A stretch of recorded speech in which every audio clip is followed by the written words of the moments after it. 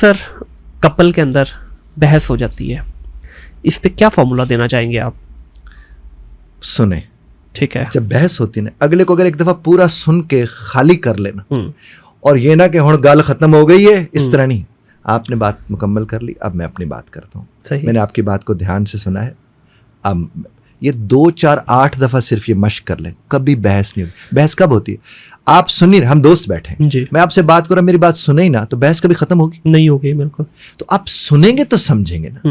اور سننا, دیکھیے میرا رب سبحان اللہ, سارا کچھ جاننے کے باوجود, سمیع و علیم سنا ہوگا آپ نے, علیم و سمیع نہیں سنا. بالکل ایسی ہے, یعنی سنتا ہے, علم رکھتا ہے. علیم و خبیر سنا ہے, خبیر و علیم نہیں سنا, یعنی خبر دیں. آپ سننے سے تو سب کچھ جڑا ہے. تو اگر ہسبینڈ کو خاص طور پر میں کہتا ہوں, خدا را سنیں, خدا را سنیں. آپ سنیں گے, وہ بھری ہوئی خالی ہوگی, پھر آپ کچھ سنا سکو گے نا. بھرے ہوئے کو بھرنے کی کوشش میں کیا ہوگا؟ بچہ ہے, بولی جا رہے, سنو, انجوائے کرو. اس کے سامنے ایسے سنو جیسے پہلی دفعہ سن رہے ہو. ایکسائٹمنٹ کا حصہ بنو, علاج ہو جائے گا. شوگر ہے, بی پی, اس وقت سب نارمل ہو جاتے ہیں. لیکن ہمارے یہاں کیا ہوتا ہے, بھرے ہوئے کو بھرنے کی کوشش کرتا ہے. نتائج پھر اس کے یہی نکلتے کہ ساری عمر سارے بھرے رہتے ہیں. بالکل ایسے ہی. تو سنیے, میں تو یہی عرض کرتا ہوں. بالکل صحیح ہے.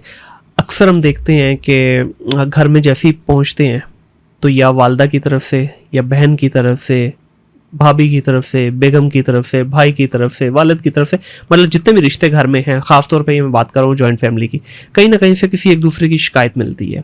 اب اس میں اکثر اوقات جو دیکھنے میں آیا ہے, جو کیونکہ مرد کے لیے سب سے کمزور گھر میں جو شخص ہوتا ہے وہ اس کی بیوی ہوتی ہے, تو وہ بغیر کچھ سنے برس پڑتا ہے. تو اس پہ آپ کیا ٹپ دینا چاہیں گے؟ کہ کیونکہ دیکھیں یہ چیزیں چلنی ہیں, یہ کڑوی حقیقت ہے. انفارچونیٹلی یہ جو ہندوستان سے ہمیں تحفہ ملا ہے, آج تک ہم اس تحفے کو سنبھال کے بیٹھے ہوئے ہیں. اس میں کیا ٹپ دینا چاہیں گے؟ دیکھیے, ایک تو اگر ہسبینڈ وائف ایک دوسرے کو ڈسکور کر چکے ہو نا, جی, تو وہ یہ طے کر لیں گے کہ بزرگ جو ہوتے ہیں وہ غلط بھی کہہ رہے ہو تو وہ ٹھیک ہوتا ہے. اس بات کو ایک لمحے کو بیگم کو بیٹھ کے سمجھا دیں. انہیں کہیں کہ وہ جو بات کر رہی ہیں, میں اس کا اثر صرف اس لیے لے رہا ہوں کہ میرے اثر لینے سے انہیں خوشی ہوتی ہے. جی.